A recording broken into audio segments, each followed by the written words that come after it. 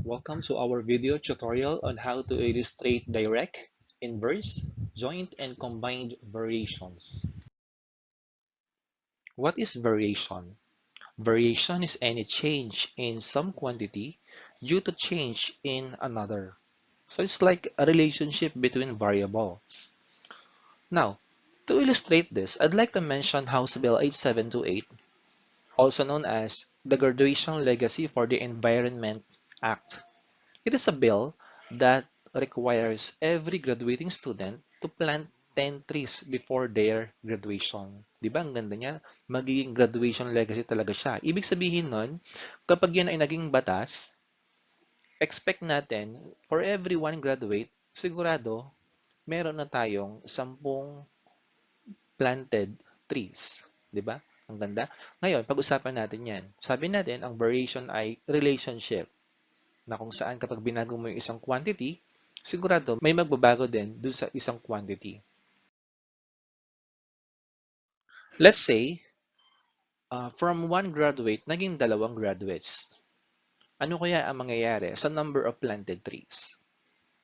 Okay, correct. Dahil yung graduates natin ay na-double, sigurado, our planted trees will also be doubled. Let's say, naging tripled yung graduates natin. Ano mangyayari sa number of planted trees? Of course, it will also be tripled. How about 10 graduates? Ilan ang magiging planted trees? Correct, magiging 100. So that is variation. It is like a relationship between variables. Pag sinabing relationship, titignan mo lang kung ano nangyayari sa dalawang variables. Kapag ba tumataas yung value ng isang variable, tataas din yung value ng pangalawang variable o bababa siya. In this situation, we have observed that as the number of graduates increases, the number of planted trees also increases, and vice versa. As the number of graduates decreases, the number of planted trees also decreases. And later, you'll find out the different types of variations that we have. Let's talk about the two variables here. One is independent and the other one is dependent variable. Now, many students are confused about which is which. Alin ba ang independent, alin ang dependent variable? In our situation here, our graduates, number of graduates is our independent variable and the number of planted trees is our dependent variable. Ang isipin mo lang, ang independent variable ang ating minamanipula, binabago natin. And kapag minanipula mo yung value ng variable na yan, sigurado may isang variable na magre-respond, ang responding variable or the dependent variable. Di ba? Kapag ito dinoble mo, dodoble din yung number of trees. Yung iba naman, para mas matandaan nila, cause and effect. Alin sa dalawang variable na yan ang kailangan na mag-exist muna para mag-exist yung pangalawang variable? Tama. Kailangan muna magkaroon ng graduates bago magkakaroon ng planted trees. Wala yung planted trees na yan kapag walang graduates. So that's how you do it. Here are the 4 different types of variation.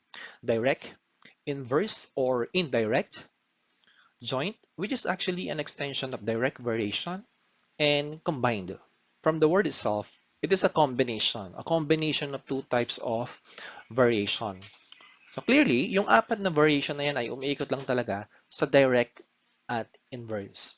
For this reason, yung mga susunod na slides, ang gagawin natin ay magpipresent ako ng dalawang variables at the same time, and our goal is to classify the given variables as direct variation or inverse variation by following certain steps.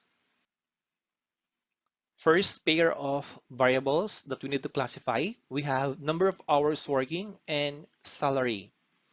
Ang unang gagawin natin, kailangan mo natin malaman alin dyan ang dependent at alin ang independent variable. Technique, tignan mo alin sa kanilang dalawa ang kailangan na mag-exist muna para mag-exist yung pangalawa. Correct. Number of hours working. Kailangan mo munang magkaroon ng number of hours working para magkaroon ka ng salary. So this is our cost and this is our effect. This is the independent variable and the other one is dependent variable. Next is we will establish their relationship. Kapag ba tumataas yung number of hours working, ano nangyayari sa salary mo? Tataas din ba o bababa? Correct, tataas din. The higher the number of hours working, the higher the salary. Therefore, anong klaseng variation yan? Correct. There is a direct variation because as the number of hours working increases, the amount of salary also increases. But if the number of hours working increases and the salary decreases, baligtad siya, hindi na direct yon. Ang tawag doon ay inverse or indirect variation. Baligtad siya. Isipin nyo lang, pag sinabing direct, diretso ang effect. No, one direction. Upward yung isa, upward yung pangalawa. Pag naman inverse or indirect, baligtad sila. Pataas yung isa, pababa yung isa. Next pair of variables, we have electric bill and electric energy consumption. Alin dyan ang independent, alin ang dependent variable?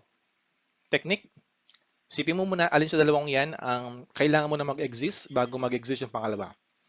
Correct. Kailangan mo muna magkaroon ng electric energy consumption bago ka magkaroon ng electric bill. So itong electric energy consumption ang ating independent variable at yun naman ang dependent variable. Now, let's establish the relationship. Lagi tayo nag-uumpisa sa independent variable. Tignan mo ngayon, kapag ba tumataas yung electric energy consumption, anong mangyayari sa electric bill mo? Tataas ba o bababa? Correct, tataas din. The more the electric energy consumed, the higher the electric bill.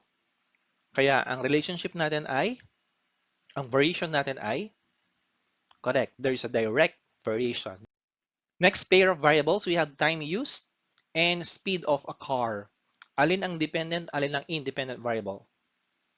Alin ang kailangan mo na mag-exist? Correct. Speed of a car. Kailangan mo munang malaman yung speed ng car para malaman mo yung ginamit na time sa pag-travel. So, speed of a car ang ating independent variable and ang time use ang dependent variable. Now, kapag ba bumibilis ka, humahaba yung time? Hindi. Kapag bumibilis ka, umiiksi yung time na magagamit mo sa pag-travel. Correct? So, our relationship is the faster the speed of a car, the lesser the time used to travel. Anong klaseng variation ngayon yan? Correct. Inverse variation or indirect variation. Kasi baliktad siya. Kapag naman bumagal ka, di ba? Kapag bumagal yung bilis ng car na sinasakyan mo, sigurado yung time na magagamit mo ay hahaba. Kaya inverse variation. Next, number of people sharing a ride and amount of individual fare. Parang let's say tricycle na nag-share kayo. Alin dyan ang kailangan mo na mag-exist para malaman mo yung pangalawa? Correct. Kailangan mo munang malaman kung ilan yung tao nag-share. Kaya ito ang independent variable at yung amount naman ang dependent. Relationship. The more people sharing a ride, the lesser the amount of individual fare. Tama? Kapag mas marami kayong nag-share sa ride, sa isang sasakyan, kukonti yung babayaran nyo each. Anong klaseng variation yan? Correct. There's an inverse variation because the higher the number of people sharing a ride, the lesser the amount of individual fare. This one is an activity. We can pause the video and then answer it. Determine whether the underlined phrase is a dependent variable or independent variable. Number of minutes running and the amount of calories burned. Scores on a math test and the number of items answered incorrectly. Capacity of a gas container and the total amount to pay. The number of hours boiling and the number of ounces of water in a pot. The height of a plant to the number of months grown. Answer? You can pause the video. Here are the answers. We have independent variable, dependent, independent, dependent, and dependent for the fifth item. We can also extend this one by classifying the given variables as the direct variation or indirect variation. You can still pause the video. Correct. Number 1 is direct, 2 inverse, 3 is direct, 4 is inverse, and 5 is direct. Let's now illustrate these 4 types of variation individually or one by one. Direct variation. For two quantities x and y, these are actually the variables that we are talking about. X is independent variable and y usually is the dependent variable. If x increases in a given ratio, then y also increases in the same ratio. Similarly, a decrease in x causes a decrease in y. Napag-usapan natin kanina yan. Next, there's a direct variation whenever a situation produces pairs of numbers in which the ratio is constant. Handaan nyo lang to. So direct variation, the ratio is constant. Now, to better understand this, let's have example. Number of hours working and time. And this is the table. The number of hours working is the variable x or the independent variable. Salary is the dependent variable y. For the first hour, the salary would be 50. Second hour, 100.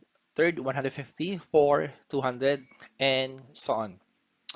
Now, when you say ratio is constant, you are literally getting the ratio y over x. Remember that is always dependent over independent variable. So our dependent here are 50, 100, 150, and 200. What is 50 over 1?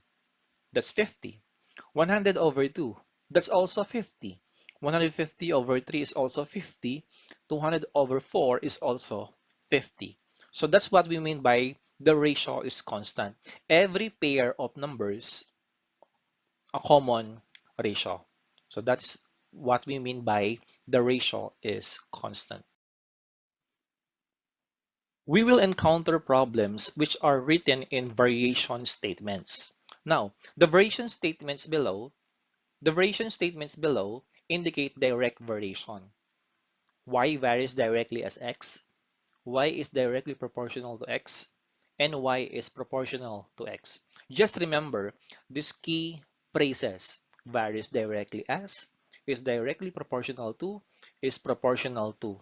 These phrases indicate direct variation. Second type of variation is inverse, or for some books we have indirect variation. For two quantities x and y, if x increases in a given product, then y decreases in the same product. Similarly, a decrease in x causes an increase in y. Oh, kamukha nung kanina, sa direct variation, same direction sila. Kapag yung x nag-i-increase, yung y nag-i-increase din. Dito naman baliktad. Si x mag-i-increase, si y naman ang mag-decrease. And vice versa.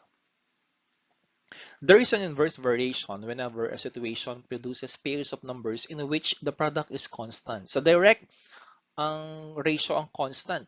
Dito, product ang magiging constant for every pair of numbers. To better understand this, let's have example. Speed of a car and time. Speed is represented by the variable x. This is our independent variable. And time is represented by the variable y, our dependent variable with the given values. Now, when you say product is constant, ganun pa rin, you are literally going to get the product of each pair of numbers. What is 25 times 12? That is 300. How about 50 times 6? That is also 300. 75 times 4 is also 300. And 100 times 3 is, of course, 300 also. So that's what we mean by the product is constant. Kanina, we divide y by x. This time we multiply them. The product is constant. For problems that will involve variation statements, here is our only one key phrase that will involve or indicate inverse variation. Y varies inversely as x. Tatandaan lang natin to. Varies inversely as x. Joint variation is an extension of a direct variation, as mentioned a while ago, because it involves three or more quantities or variables. One of those is always the dependent and the rest are independent variables. For three quantities x, y, and z, an increase in the variables x and z will cause an increase in the variable y. Correspondingly, as x and z decrease, y also decreases. So para talagang siyang direct variation. Pero yung independent variables natin, more than one. Example, the volume of a box and the length, width, and height. Diba? The volume here of a box is our dependent variable, and the length, the width, and the height are our independent variables. Ano naman yung mga key phrases natin that will indicate joint variation? We have varies jointly as and is jointly proportional to. Pag nakita niyo yung dalawang yan or isa sa mga yan, sigurado yung given variation statement na yon ay isang joint variation. Combined variation. It is a combination of two types of variation, and those two are always direct and inverse or joint and inverse. When a variable changes as two or more variables change, then such relation is said to be combined. The statements below indicate combined variation. Ito lang titignan natin ng mga key phrases. Sa isang buong variation statement, magkasama yung varies directly as x or varies directly as and inversely. O kaya naman, varies jointly as saka yung inversely. Talagang combination siya, dalawang magkaibang variation. Here is the summary of the variation statements or the key phrases that we will look on. Type of variation. So direct at inverse variation, tatandaan lang natin, laging dalawa ang variables na involved. Sa joint variation, extension lang siya ng direct variation, pero darami yung ating independent variable.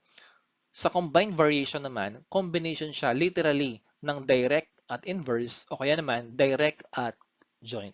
So that will be all. Thank you.